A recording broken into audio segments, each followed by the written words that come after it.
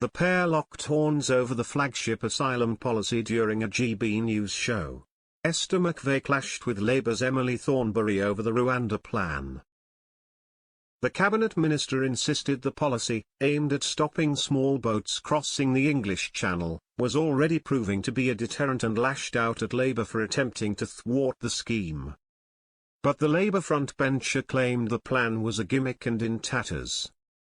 The fiery moment on GB News came during a discussion on when flights carrying asylum seekers to the East African nation will leave the tarmac.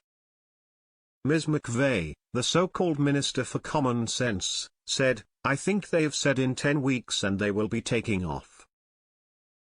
But we know straight away that the deterrent is already happening. People are saying we don't want to come to the UK now because of the Rwanda policy." But Ms. Thornberry said, "There are more people arriving illegally now than there were last year. That is not putting people off, that's the numbers. That's the truth. I'm sorry, I know it's uncomfortable, but it is the truth.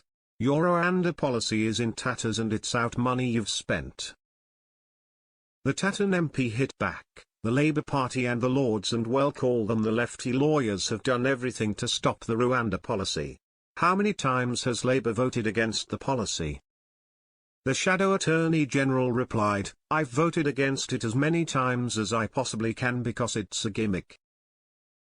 Ms. McVey added, "You do nothing to stop immigration coming in, both legal and illegal."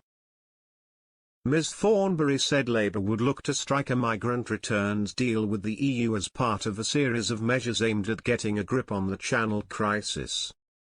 But Ms. McVey pointed out that only a small number were sent back under the pre-Brexit Dublin Agreement.